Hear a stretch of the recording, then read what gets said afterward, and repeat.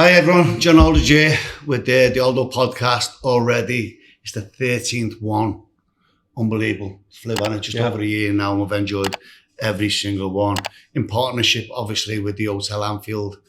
Over the course of the last year or so, we've been very lucky to get fortunate to have some fantastic ex-Liverpool players and people who've worked for the club and such.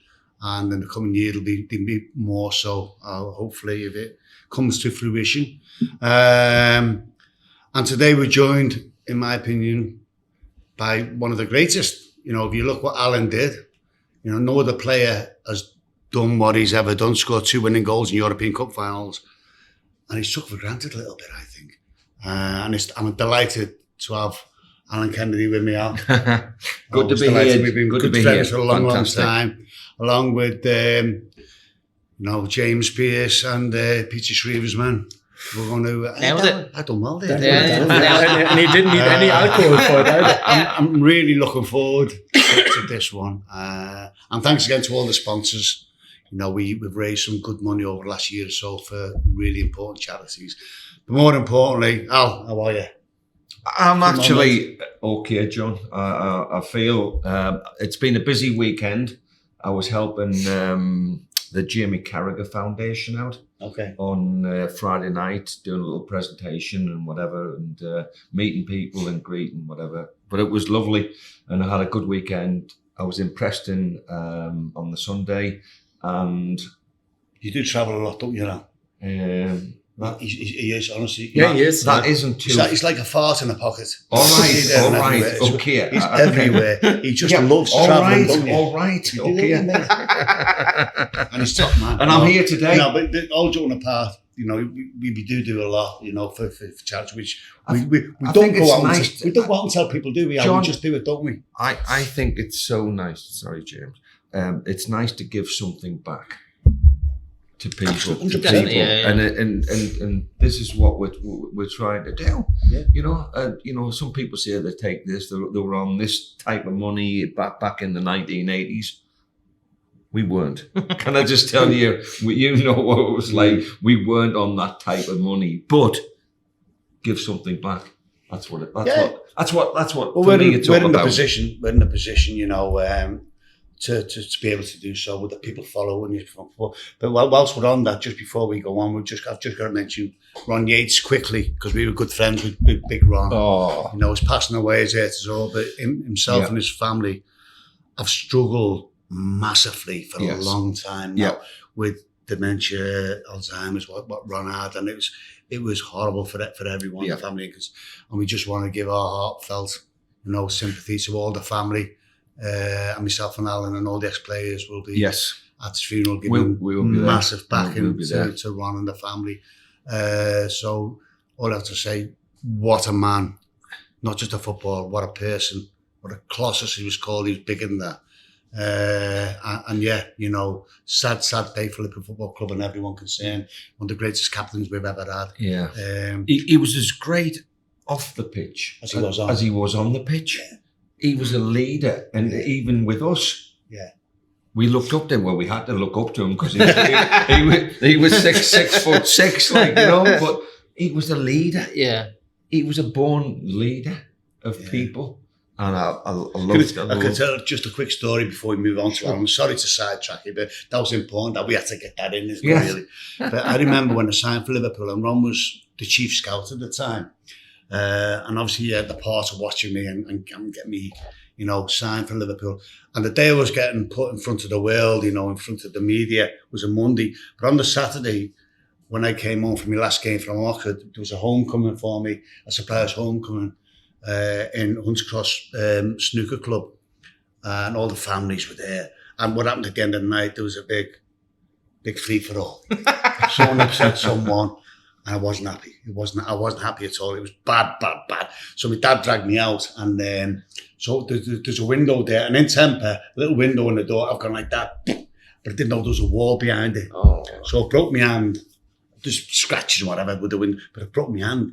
And then my dad took me to the Royal on a Saturday night. That wasn't good. Because a long story short, says you broke your hand, we've got to put in plaster. So I put in plaster. And on the Sunday, I cut the plaster off. I said, I can't go. I can't. My first day, my debut in Anfield. Anyway, cut a long story short, I bandaged it up. Got to Anfield, going to meet the media and talk, what you have to do on your debut in front of the cameras. As I walked through, do you remember the old reception? Yeah. The doors used to slide in the old reception. Yeah. As I go in there, there's doors there sliding. And standing there, there's the secretary there, standing there, Big Ron. And he went, John, Jesus, son, it's great to see you. And he went, oh, big handshake. I thought, oh no. And I can't blank him. I just can't blank him. I'm gone, you've got to just take this one. And I'm going like that. And he's screaming and I'm going, for fuck's sake, it was horrendous. Loved the man. Anyway, loved the man. Back to our other thing. Can I just ask, John, how many games did you miss because of a broken hand? No. Okay. All right. I was the same. Just get on with it all. I'd broken my wrist in 1981. So. You just bandage it up and get on with it. Just be careful on the pitch, don't you? They don't hit someone. Yes, that's exactly right. That's what they told me. That's what Bob Paisley told me. He said, you'll be all right, don't worry. It was a European Cup final, you see. So, there you go. Serious? Broken wrist. You never told me that one. Yeah. Something else you haven't told me, innit? Okay, right, okay. And something else, just before we forget it, Anne, it was your big birthday the other day. So I know it's a little bit late, but happy belated birthday to your it is a bit late, isn't it? 70th birthday. And you look much better, much younger than John as well. How do you do it, How do I do it? Yeah, how do you do it? I travel. Yeah, cream on the face and whatever. I don't shave, like you. CBD oil. Oh yeah, to get that one in. You can only mention it if they pay a sponsorship, right? and the odd alcoholic drink, the odd one. Yeah. Okay, because it's good for your health. A few pints does you no harm, mate. Yeah, but my doctor's listening.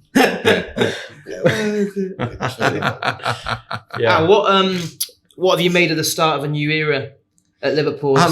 Big shoes to fill. I have loved the way they've played. Yeah. I really, honestly have loved. They've upped the ante. All the players have upped the ante. They've gone out there, and I have to say, some of the football has been fantastic. Really, really enjoyed it, and it's been a pleasure watching it. It has been a pleasure watching it. And then some people will be like, picking. Picking the bones out of certain performances, like, the Forest game one. The Forest game. It was like very good. Yeah. Everybody thought, because you don't want the players to be thinking it's easy and they've won 3 games out of 3 and all of a sudden, like, they'll come to Forest or they'll beat them and whatever. You've got to have the right attitude. Yeah. And you've got, and consequently, I would say, going back to 1978, 79, the first season that I had at Liverpool, I learned so much from people like Ronnie Moran and Joe Fagan and people off the pitch rather than on the pitch. Yeah, They were all, it was, yeah. Yeah, but they were all leaders on the pitch. Yeah. But like sometimes it didn't go according to plan. And that's what you've got to be. You've got to get your shoulders back and you've got to say to yourself, right, okay, make sure it's right for next time. Yeah. You can't, 50, 60,000 people, you can't let them down week in and week out. But at the same time, like Ronnie Moran was he was the bad cop, Roy Evans was the good cop. Yeah. But even in a really good performance, there was never a 10 out of 10 satisfaction. He wasn't satisfied. The manager would come away and he'd say, Ronnie, just give him a little nudge that one. Yeah. A little nudge that one, and whatever. And if he didn't do it after the game, he'd done it in training the next day. That's brilliant, that. Yeah. That's brilliant, that. And to be fair, I took Ronnie for granted a little bit because I thought he was like on my case all the time. But it's not till later on in life you realise how good he was. Yeah. But we had some fantastic coaches. Absolutely. They were fantastic. And coming from Newcastle, but you had some really good coaches. But Liverpool at the time, Newcastle had a really good team, but Liverpool were just Kevin Keegan and with Dan and the team that you went into. That's right. Was a tremendous team. Right. Yeah. Are you still playing the walking football? The answer is yes. Because you were playing for England, weren't you? Going back a few years at walking football. Was I? I believe so. I believe I was. I think I might have been part of the England setup and whatever, but I don't think because I could put that to me 2 caps that I've got for playing for England. I could have 3 now, or 4 or 5, whatever. I think the important thing from my point of view was to keep on trying to play. Trying to play. And we talked about Ronnie Moran a few moments ago, but he's still in my head. And he keeps telling me, come on, you should be better than that, But walking football, we've played it a few times, haven't we, John? And we actually went to Portugal to play with all the mates, and that was a great crack, yeah. But it's great. It's a way of exercising. And I must say, I'm looking at you two, that you look a little bit out of fitness-wise. You're struggling, but it is a great way of keeping fit. Yeah. So I go down to the Anfield Sports and Social Club every Monday and every Friday. Bill Bygroves. Bill Bygroves takes the coaching side of it. Is that just the love of the game, is it, as well? Because you, as a player, you went on into your 40s, didn't you? Yeah. I played local football and some good teams that are not still playing. I love playing. I think it was about 43, 44 before I said, that's it, I've had enough. Alan, I have to say, I remember the first time I ever played with Alan. It was like the ex-players in Mauritius in a tournament, and you had a holiday after. He was one moaning bastard. We're playing this, and you want to win. He's a win, and I'm bad. And he's shouting at us, and we're all like 46, 47.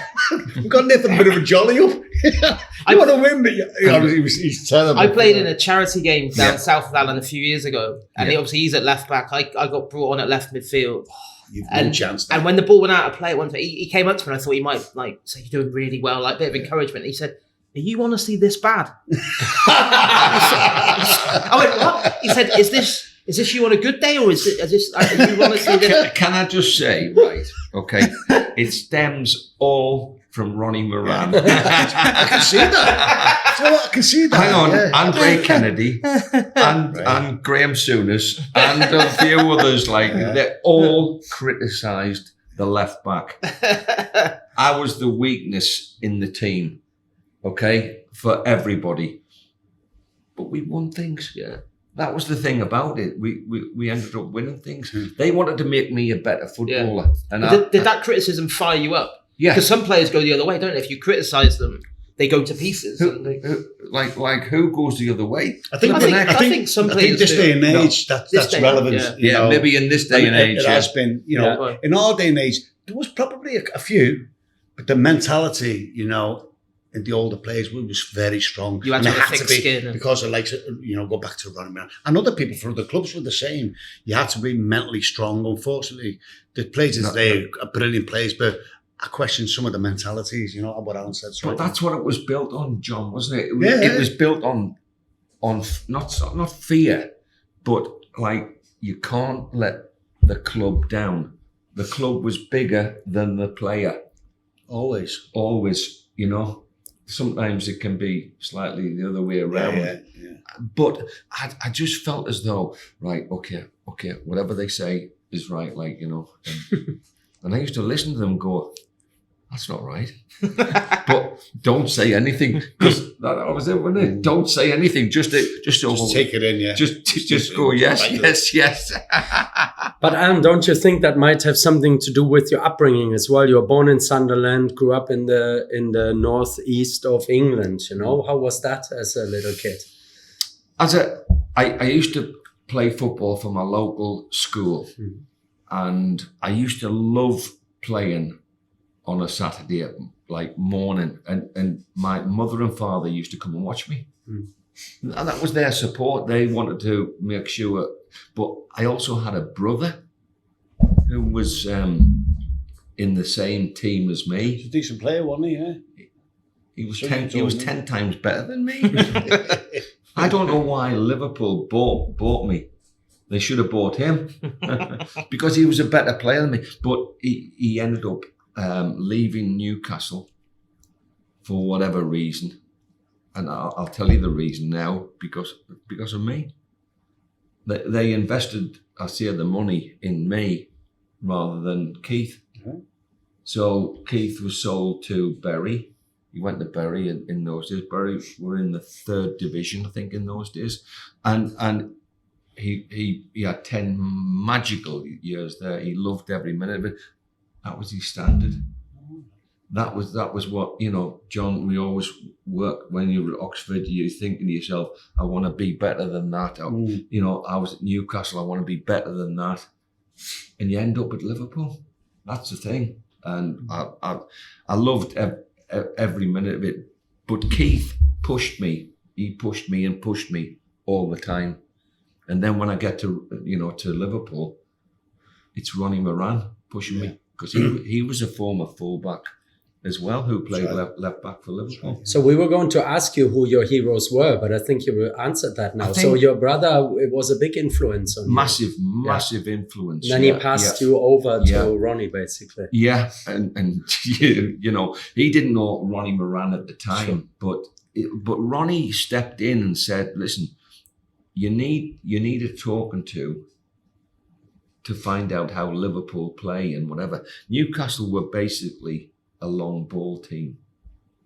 We had a player called Malcolm McDonald, who played up front, a lad called John Tudor, Terry Hibbert, all great. Some really good players. Good players, you're right. Bobby Moncur was the captain, wasn't he? Bob Moncur, great players. But they weren't a team. They were just individual players. And we couldn't bond as a team. And all of a sudden, they lost a player called Irvin Natris. Oh yeah, you might remember him at fullback. Yeah. Really great talent, absolutely fantastic. And then they lost May. Terry Mack. Well, that was a few years earlier. He came to Liverpool before you, didn't he? Yeah. But so Newcastle were just a selling team. You were a Newcastle fan when you were a kid, was you? Or Sunderland? I used to go and watch Sunderland. Yeah, I thought so. Because I know, only because I lived nearer to Sunderland. Because Roker Park was a proper old-fashioned ground. It was a two great grounds were great up there. Brian Clough played there, and other great players. I loved the atmosphere. I loved going to watch the game. I loved shouting at players, and then they'd be shouting at me about 10 years later, But I really felt football was where I wanted to be. I didn't have any illusions about I was useless at schoolwork and all that and whatever. But I wanted to be a footballer. And just a little bit more than 50 years ago, when you put it like that, it seems like a long time. You played in the FA Cup final, actually, against Liverpool, which turned out to be Shankly's. I didn't play. I know what you're saying. I did. I was there. But I didn't play. What was your memories, though, even from the sidelines? He was you just cried. He's just he's basically saying he was shite. Exactly. But he wasn't. I mean, you lost. He was on the grass. Let's just say it wasn't your fault. He wasn't. Liverpool were just that good at. That's what it was. Kevin Keegan and people like himself and John Toshak and Brian Hall and all that. They were great players, team players. And that's what Newcastle weren't. Newcastle were not. They were a team of individuals. They were good team, and they got to the final because they produced the performances in the semi-finals, the quarter-finals, and whatever. But I felt as though that I needed to sort of move on to the next level, and I was getting an England cap. And I'll say that guardedly because I think it took a few years later that I played for England. But I just felt as though I was creeping into the England setup. as a substitute. And I felt as though, right, okay, what's next? And then, would you believe, in 1976, we played in the League Cup final against, I think was it Man City? Dennis Stewart. 1-0 overhead kick. The overhead kick. Hey, well done, yeah.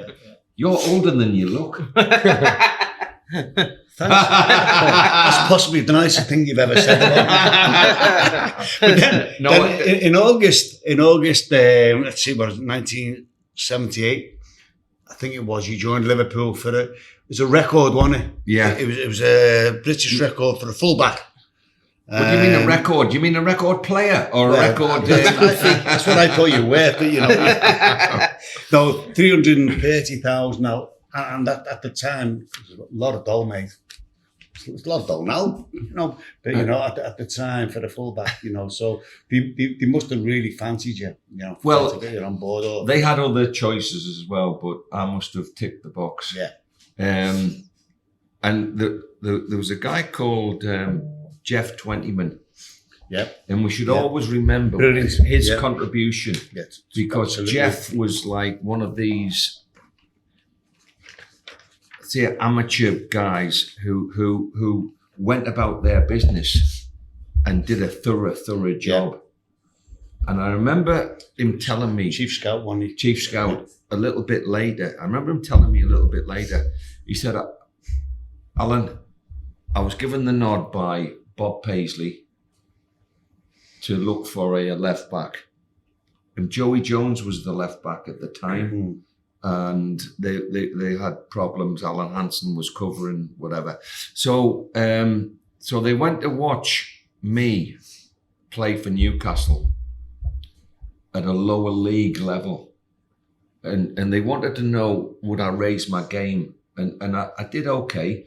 We drew 0-0 in the pre-season friendly, and you know, I'm still playing for Newcastle. I was unaware that Jeff Twentyman had actually paid to get into the crowd. He didn't want anybody to know, but psychologically, he's going, he's not good at that. He's not good at this. He's good at that. He's good at that. Whatever, likes getting forward and whatever. So he's building up, and he went back to Bob Paisley and said, whatever you've got to pay for him.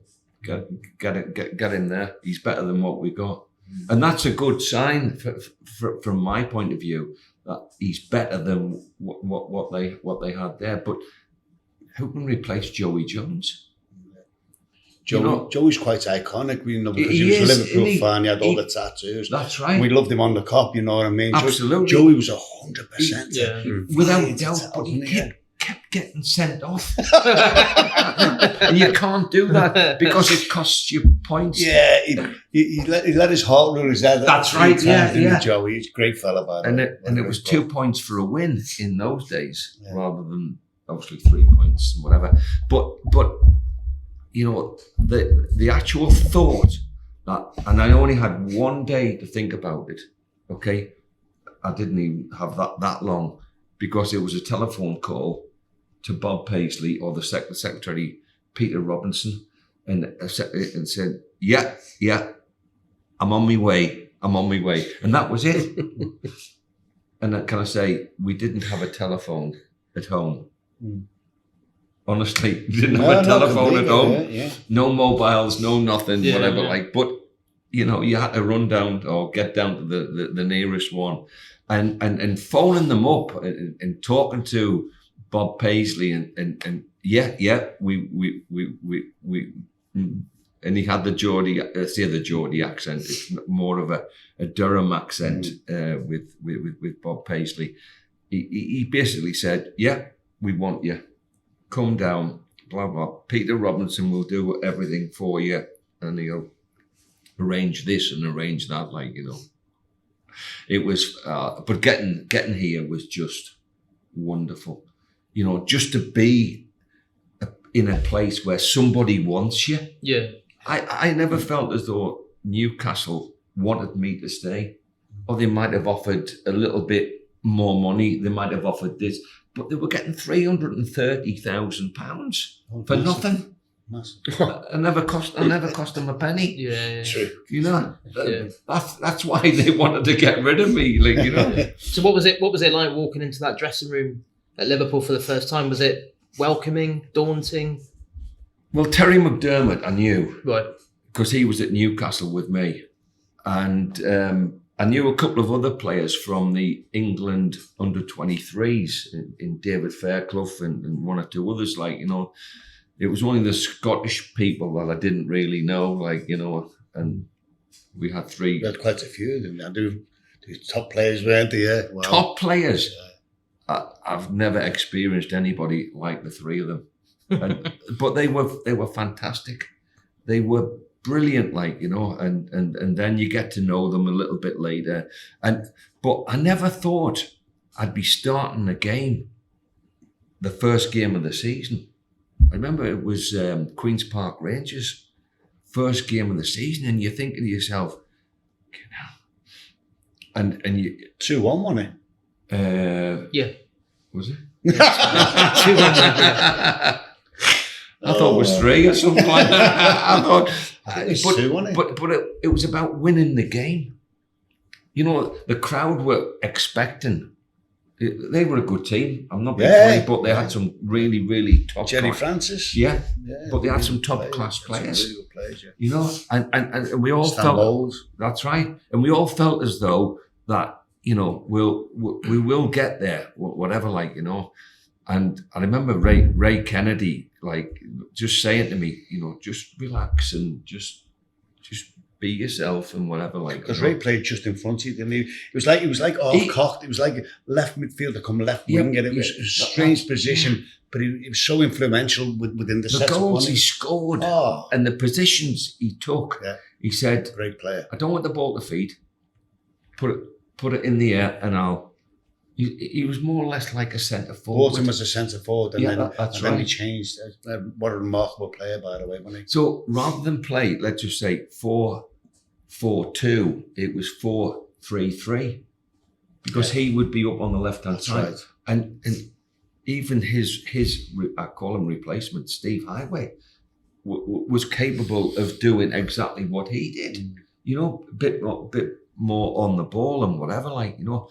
And I thought, these can play a little bit. And I'm going, and Alan, funny enough, Alan Hansen, because he was my roommate straight away, because nobody else would go with him. And he used to say, he said, Alan, just, if you see a red person, okay, with a red top on, just pass to him. And I went, I saw more in the crowd than I did on the pitch. But I was learning about me football again. Yeah. I'd never learned it in Newcastle. I'm not having a go at the coaches, but I hadn't learned that. Just to give the tiny simple ball, little ball there, little ball here. Graham Souness coming all the way to get the ball. You know, creating space behind for Dalglish, things like that. It was just, wow, mind-boggling. I couldn't believe it. Yeah. But this is the first part of the show. There's plenty more to come with Alan Kennedy, James and Peter. You know, look forward to the second half of the show coming soon.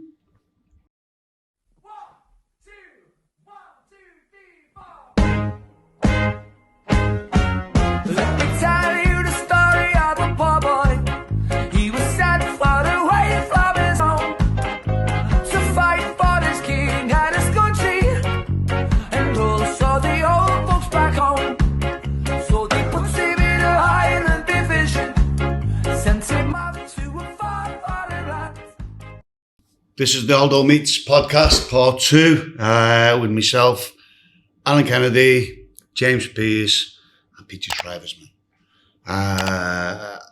We were talking before, Al, about the QPR game, your debut, and I was just looking here, and I know, obviously, no Liverpool teams from the mid-60s. No, the back four was Phil Neal, Tomo, Emily News, I love them all of them. Yeah. And then you say, that's not bad to be in, in that company, is it, your first day? Myself, I was somewhere there. You know what I mean? But, we talked about the game before. Obviously, you're nervous. You went on to win 2-1, but talking about Bob Paisley, was it that game when he choked at half time when you 1-0 down? No, he wasn't joking. He actually tell the story, because I've heard on the dinner circuit from him, but it's a great story. Like Bob had paid out all that money, and it wasn't him personally, but it was the football club, and they expected I was going to be the finished article, but like I was learning things from players, either in my position, whether it was like Alan Hunt, didn't quite mention Alan Hansen there, but like, and I was thinking to myself, I've got a lot to live up to here, because Liverpool were a great team before I joined them, and all of a sudden I'm supposed to strengthen it. I'm supposed to be the best. Hang on, left back in the country, and they've paid out a lot of money for me. And even in the warm up, because we only went out at 10-3. That's right. Yeah. In those days, for the 3 o'clock kickoff, went out at 10-3, and even I was shooting the ball at Ray Clements. I kept hitting the cop.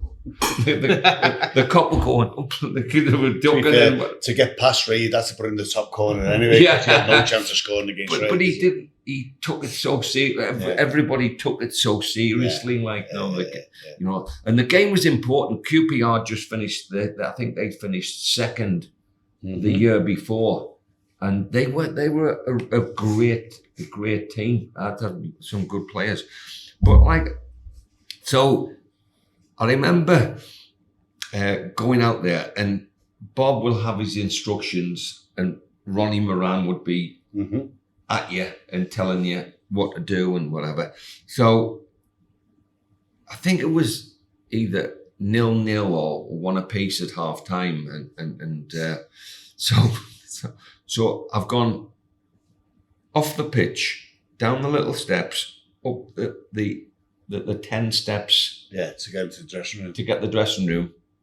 And then the dressing room's on the left-hand side. Who's standing there? Bob Paisley.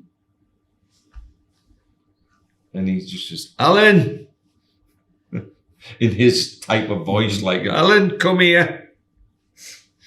And he looked at me and he says, I think they shot the wrong Kennedy in 63.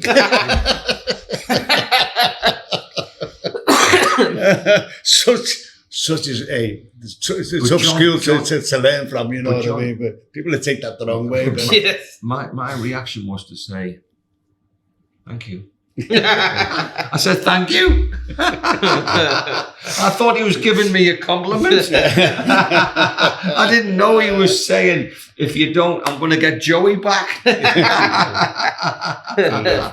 What was Bob like to play for? Because obviously players who spanned the Shankly and the Paisley era, obviously he talked about Shanks was this amazing orator and great speeches and stuff, but Bob was a different type of character. Bob was very quiet. He said, I'll let my team do the talking. Okay. And he generally picked the right team. But he picked the same team as what he did last week. Yeah. And the week before, because he didn't want any change. And if anybody came in, he didn't look at the opposition and say, right, okay, we'll go 4-3-3 rather than 4-4-2. We didn't say we'll do this and whatever, That was the Liverpool way, though, wasn't it? With Shanks, because when you play for Liverpool, the team was set in stone. If you won, it stayed the same. Yes, you'd have to wait for your opportunity for a player to have a nightmare, a couple of nightmares, or be injured. Then you get in, and then he's got to fight. That's just the way it was. It was built built on that. Perhaps other teams were the same, but that was Liverpool away from when Shanks came in. Yeah. And then Bob had to take it over, didn't he? And Bob took it over and didn't change anything. Yeah. But he did change the personnel, because your Tommy Smiths of the world and your Ian Callaghan's were then moving into another era. Yeah. And you've bought your Dalglish for 440,000. Yeah. You've lost your Kevin Keegan, your front runner. You lost your John Toshak, but you've got Dave. Yeah. So they wanted to go like for like. So with the players they brought in, they said, okay, so I fit it into the way they played, and if you don't, then you're out the team.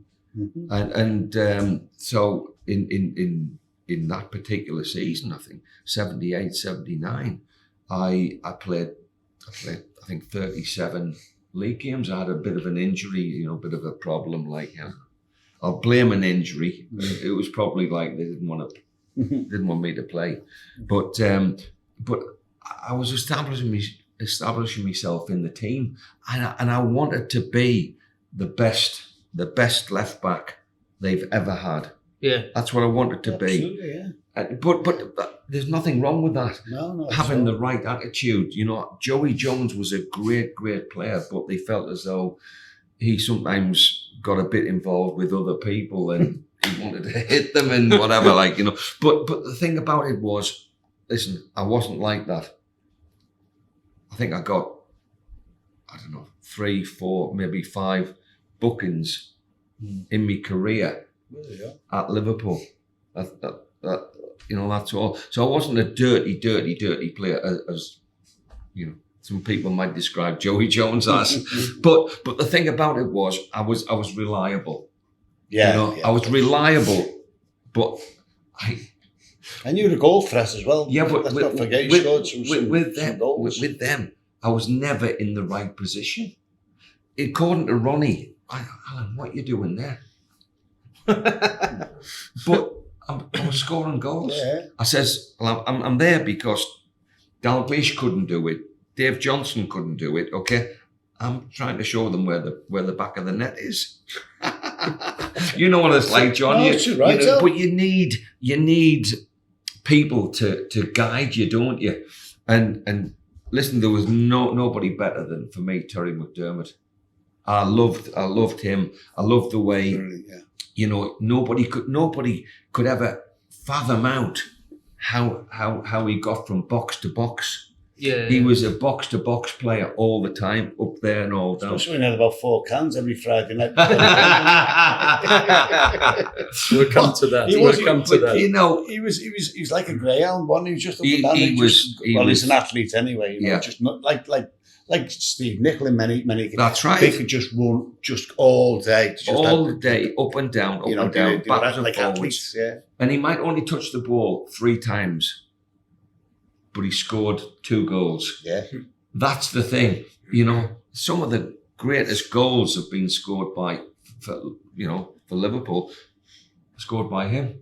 And some by you, Alan, but we'll come back to that in a minute. No, they were in finals and whatever. Let's talk about Paris '81. Oh, right. One of your greatest nights. What was it? 8 or 9 minutes to go. Yes. Finals goalless. Yeah. I didn't realise it was 8 or 9 minutes to go. Liverpool get a throw in on the left hand side. Ray Kennedy takes it. Yes.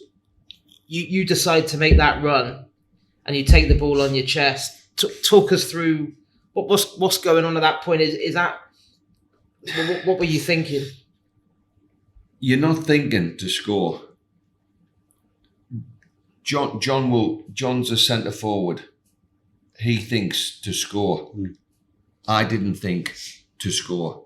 Okay, I was sort of like in that area to provide. Bob Paisley always said to me, I want you to stay wide and I want you to provide the cross or the pass that a player might have a chance of scoring.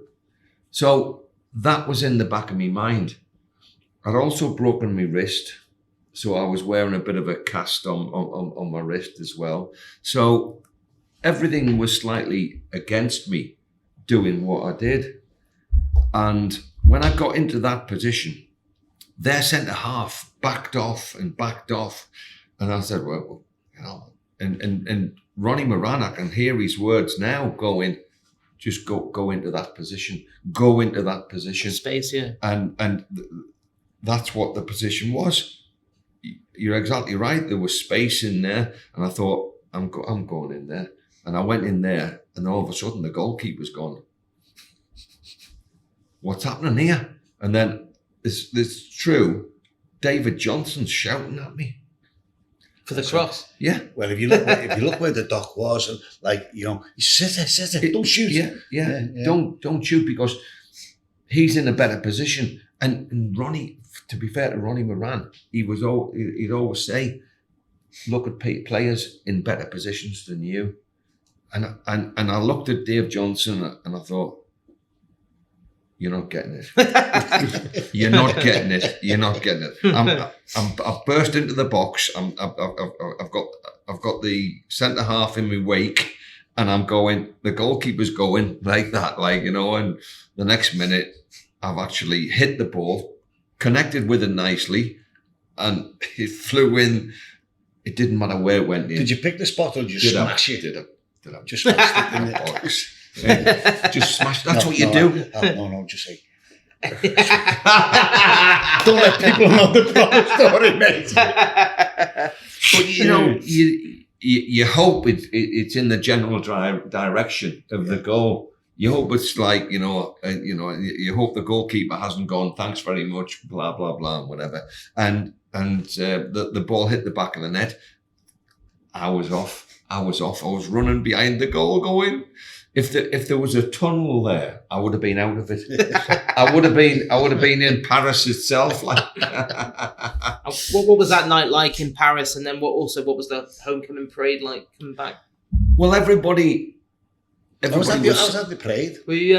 Yeah, I was at the parade, yeah, absolutely. You know, everybody was sort of like jubilant, but it was you know what Liverpool's like, John? Just another game.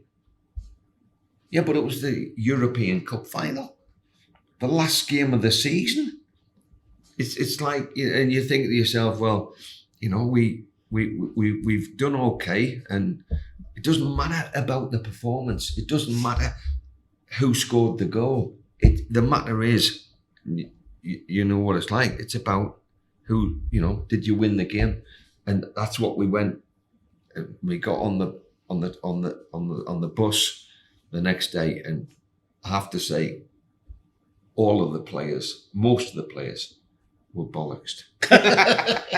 That's exactly the way it was, wasn't it? But that's the way they did it. They just said, you can have a little drink, but make sure when we get off, you have the European Cup. It was a big bloody trophy in those days, you know. It was like that big, you know. It was fantastic. And then you've got to take it around the city centre, and I can't go into detail what was in that cup. No, you can. No, I can't. You can. No. I'm just going to tell you, there wasn't a toilet on the bus. Okay, you can't. You were right, you can't. Which brings us nicely to the subject of the difference between the sort of the camaraderie and associated drinking culture of that time versus today. Which of the players and were you the closest to at the time, particularly also for the off-pitch antics? Which bars would you go to in Liverpool? Mainly because he lived near where I lived. Terry McDermott was, apart from being a great player, he was a great drinker of alcohol. No, I assumed so. Just beer, though, isn't it? Just beer.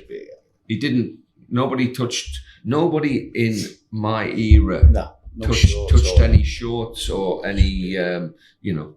Yeah. And we all loved going to a pub, and can I tell you, Bob Paisley might have known what we were doing. But if you're winning a game, it's all right. Yeah. It's okay. Yeah. Well, I'm saying it's okay. It wasn't okay because you're doing, you shouldn't be. And that's why I have a liver complaint today. Okay. No, my complaint is that I don't have enough beer. Yeah, that's okay. We'll get you a new one in the next break. Will you get me a new one? We will. But before then, where's your nickname coming from? The Barney one. I've got no idea. I've no idea. I don't honestly know. Barney Rubble's after Flintstones. Yeah. Oh yeah, sorry. Yeah. You're talking about Barney Rubble. Yeah, Barney Rubble. I wonder which other one you think. It was from the cop. So the cop used to look at me and used to say, "He runs like Barney Rubble." I can see that now, Al. But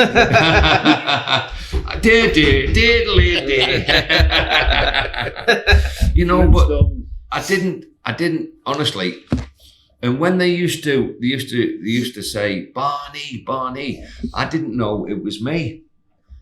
So I used to sort of like go on the pitch, and then Ray Clements would, or it was Bruce Grobbelaar in those days, would put his hand up and whatever. Phil Neal was Zico, was it, and whatever, and then it came to me. In them days, the cop used to sing everyone's name. Yeah, just to welcome them and to get that's them right. way back. That's right. Yeah. And then in '84, you did it all over again. You scored. Okay, not what for about '83? That's one for James. See, you haven't done your homework. James' job to do the homework. what happened in '83? Exactly. I scored against Man United. Oh, that wasn't a European Cup final. Yeah, I'm not talking about. Oh, sorry. I thought you were talking about cup finals. No, sorry, I beg your pardon. Right, I'll just have another pint, please. Okay. To be fair, it's only Man United, It's not Oh well. Oh, come on. They were a team in those days, man. Yeah, of course they were, but yeah. But it wasn't like we always said this of all the players. It wasn't about who scores the goals. We used to have a ceremony every year, and the ceremony was done by Ronnie Moran, and he'd be presenting your league winners title. That's right. Yeah. You remember, John? Yeah, I do that, and he would go.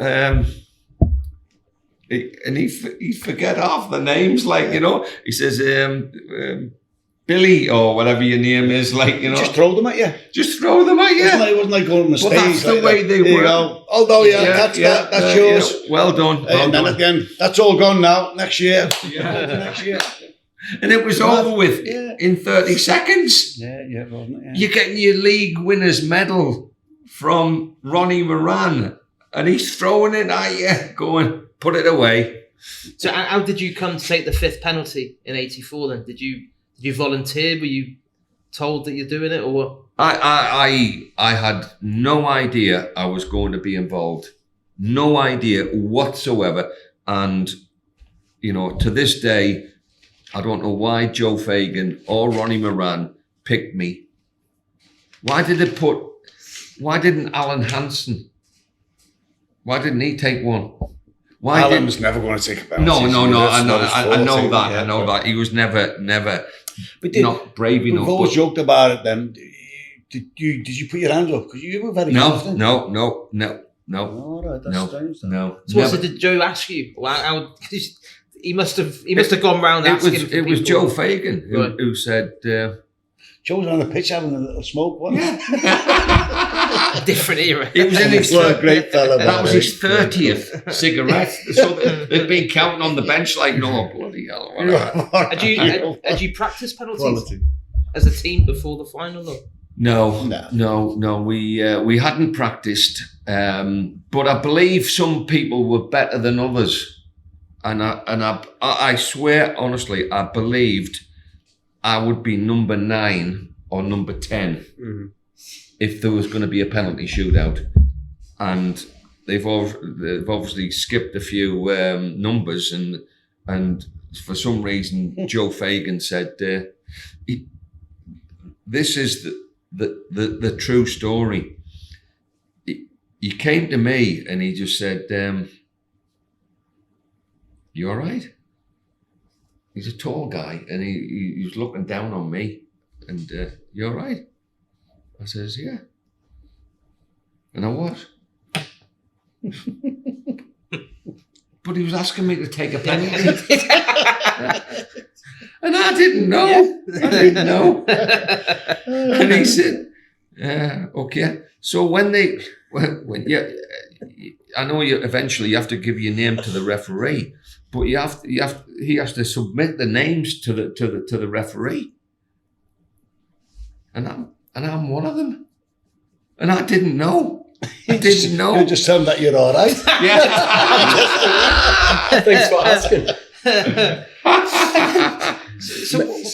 So were you nervous stepping up, knowing it's on you to win the European? Nervous.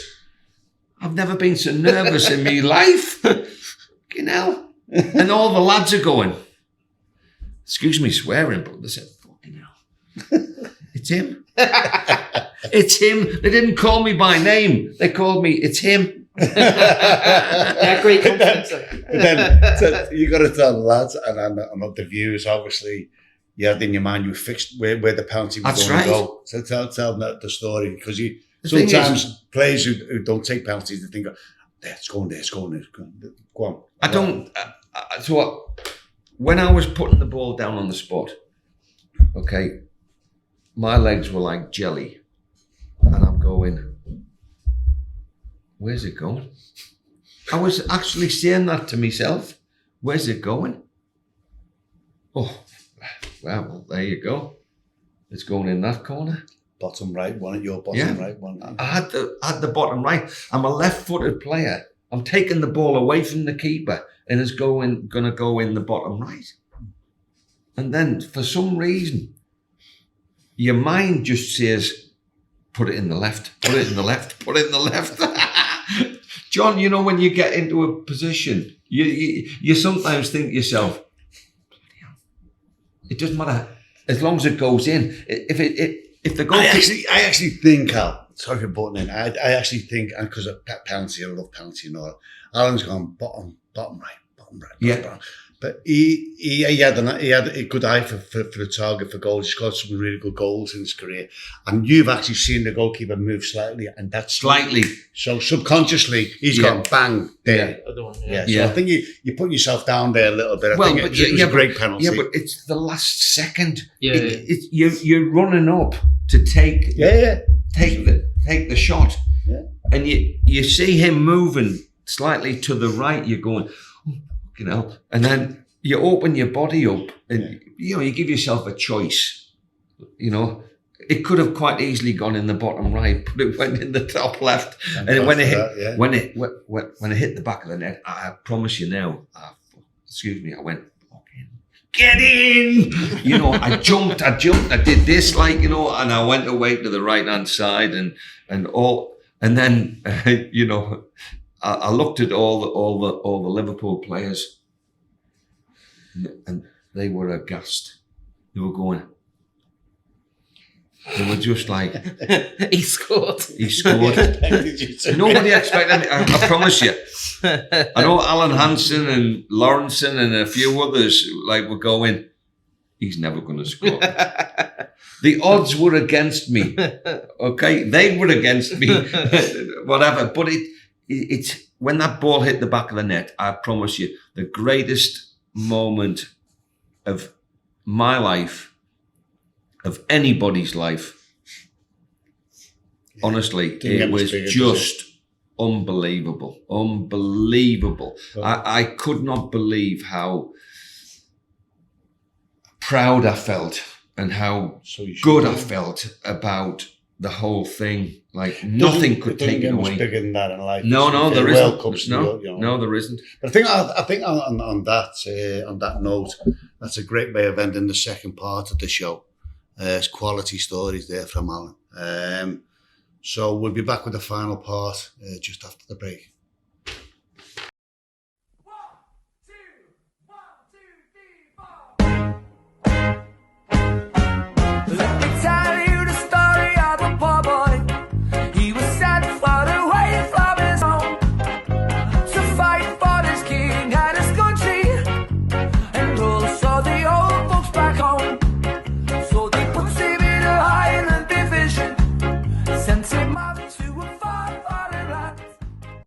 Hello, this is Aldo Meet Podcast again for the final part with Alan Kennedy, James Pearce and Peter Schriewersmann. I'm fucking getting good at that. I know. That's it. We've cracked it. 1 year in. Well done. Can you spell it? No. It took me a year actually to get it sorted. I just want to talk quickly about another one. And you don't get the recognition that you deserve for the goals you scored, and I think it's just takes for granted. But a manager you played under, who was a lovely, lovely man. You know, he won the League Cup and European Cup, and the league. You know, with us, Joe Fagan, the quiet man, basically. And you won two caps for England, I think, when he was there as well. But you know, what's your thoughts of Joe? He's up there, and he's up there. What he did, he's up there with the best. Absolutely. There's no doubt about it. Absolutely. But in some ways, people said he was a quiet man. Oh, well, you know, to the media. That's what I mean. To the media, people on the outside. Yeah. He'd get annoyed with players, and he'd tell them straight, "You're not doing it. You're this, that, and the other." Yeah. And and he was quite a tall guy, and you're going. He was hard as nails, by the way. I believe so. Bare knuckle boxing and whatever. We heard the stories. Big time. But he was. The thing about it was, he got on well with every player. Whereas you might look at, say, Ronnie Moran, who sometimes antagonised, but they were both getting the best out of their players. That's what the deal was. Now, you could pay a lot of money for me, Kenny Dalglish, or whatever, but it's how you treat them. And they absolutely treated us as fairly as anybody else, whether you were Kevin Keegan or whether you were somebody else, massive name, whatever. They were all the same. They just wanted you to win the game. And that was it. Winning was everything. You know, it should have been on the board. Winning is everything. And I remember going into the dressing room, I think maybe my first game, and I'm thinking to myself, what have I joined here? They're all up for it. They're all ready, and I've never seen this before when I was at Newcastle, and even but even the people who weren't so much involved in the playing, they were getting involved as well, and they were saying, come on, you've got to do this, you've got to do that. We had one sub in those days, and you've got to make sure you get the right sub, haven't you? It was David Fairclough generally, and he played in some probably different positions that he's never played before. But the point is, that's what it was all about. It was all about the team, and the chairman was brilliant. John Smith, if I remember the name rightly. Yeah, you didn't see it. You only came down the dressing room to shake hands before games. That's right.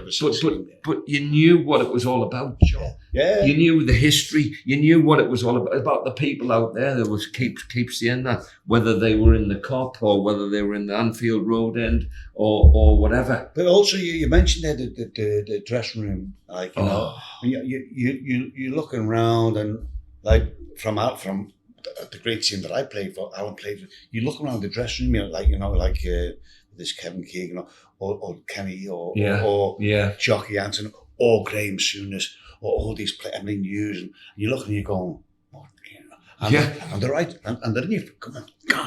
And other team, you've always done that, like as you're going out. Yeah. But in that dressing room, you're talking about it 15 minutes before the start of the game, before you went out. You know what I mean? It's just like they were so focused. Man. Yeah. They were focused when they went down the tunnel. That's what switched them on, touching the sign, and then going down and said, right, okay, this is what we're here for.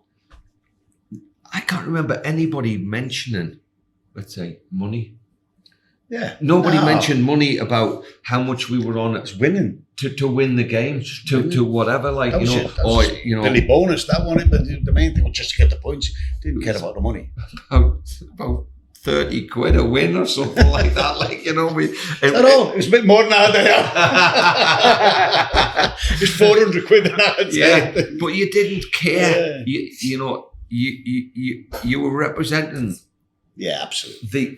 The whole area. Yeah, you were representing. All the people that paid their money. Well, that come down from Shankly. That's what Shankly got across. Yes. Didn't he? That was one of his early ones that Shankly got across. Yeah. So after 7 years of this unbelievable time, was it 5 league titles, 4 League Cups, 2 European Cups? When you left Liverpool in '85, you signed for Sunderland. Was that difficult? How did that come about in terms of leaving Liverpool? I didn't personally want to leave. But there was another player taking my place. That happens in football. Yeah. It happened to you. It happened to me. It happened Jim Beglin at the time. Yeah, Jim Beglin. Yeah, Jim was younger than me and probably fitter than me at the time.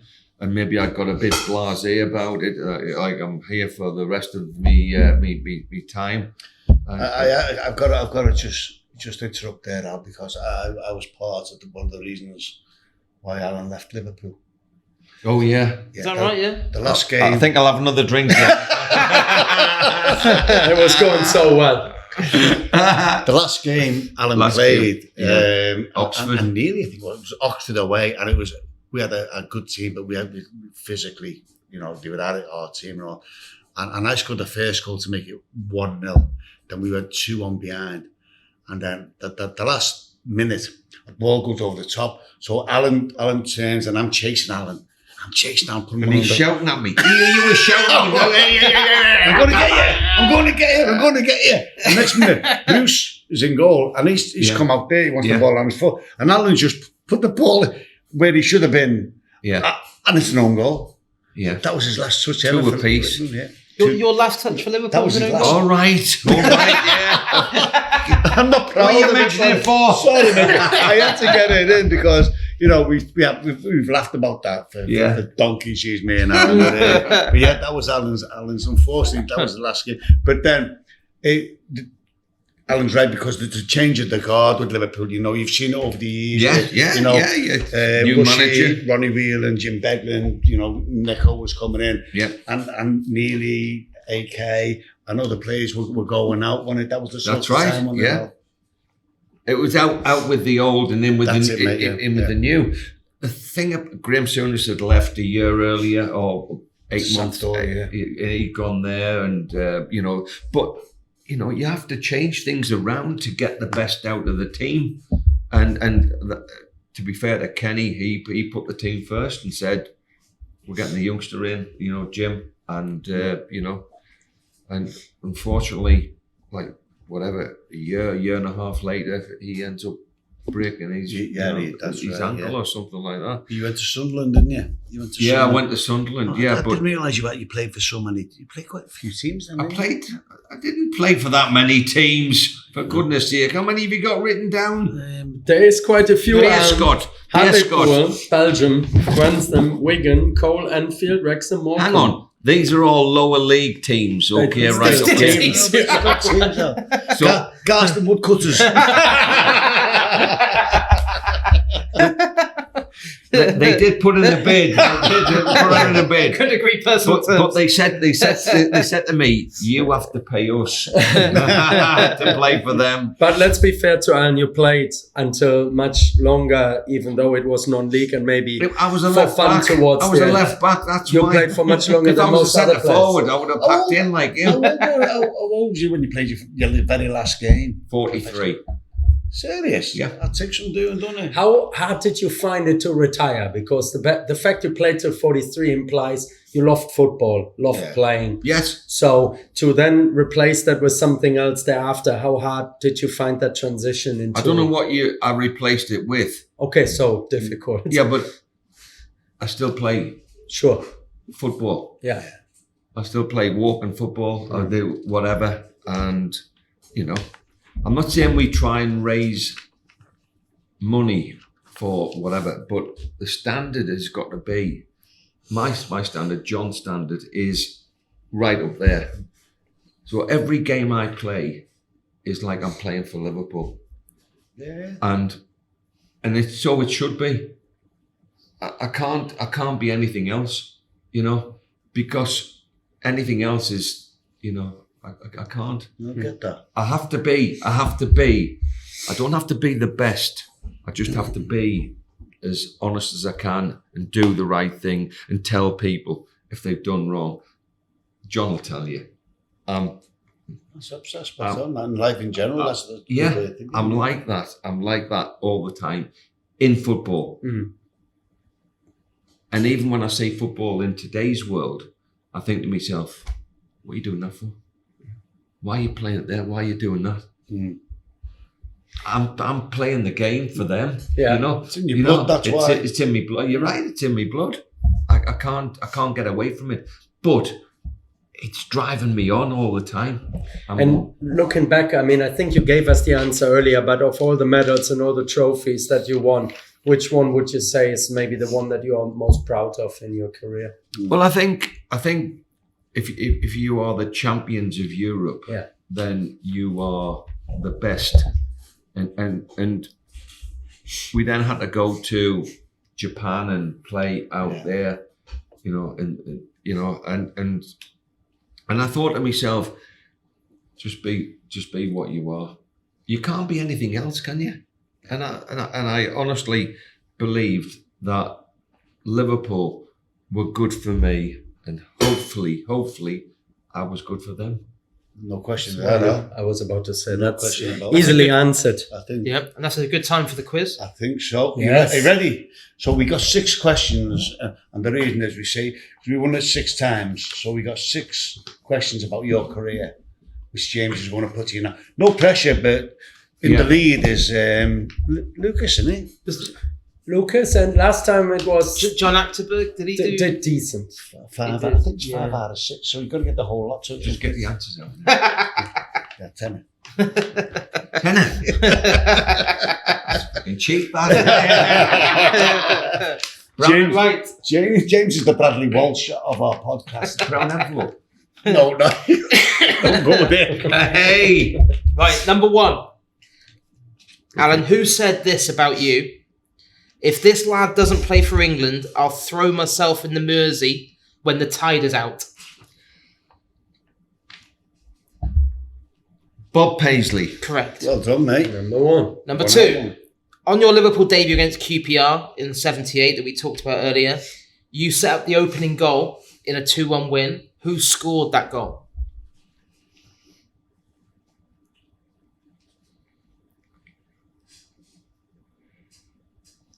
Steve Highway. Kenny Dalglish. Oh. I'll have a drink. Number 3. How many goals did you score for Liverpool in total? Was it You should know. 18, 20 or 22?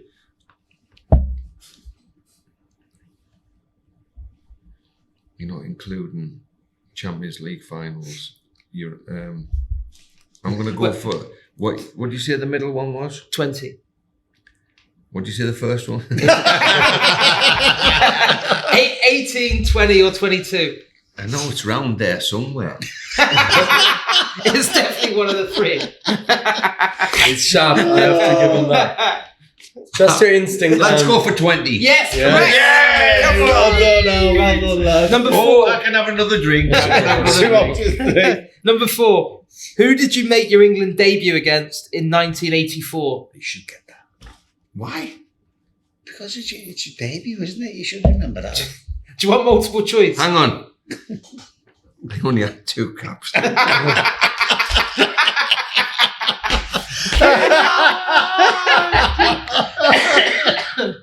I'm gonna go. Northern Ireland. Correct. Well Yes. done. 3 out of 4. Well done. Right. You're flying Right. now. Number 5. You famously scored the winning penalty in the '84 European Cup final shootout in Rome. Who missed Liverpool's first penalty that night? Steve Nicol. Correct. Jesus. Yes. Sorry. Get the drinks in, please. And finally, number 6. Finally. This is equal the best. This get 5 out of 6. This one. Get lost. This is dead hard. Somebody's Okay. got. This is dead hard. I've had to tweak this one slightly because we've talked about it a little bit, but Tweet or tweak? just changed it a little bit. Okay. So your final Liverpool appearance was against Oxford United in September 1985. What was the score in that game? Correct. 5 out of 6.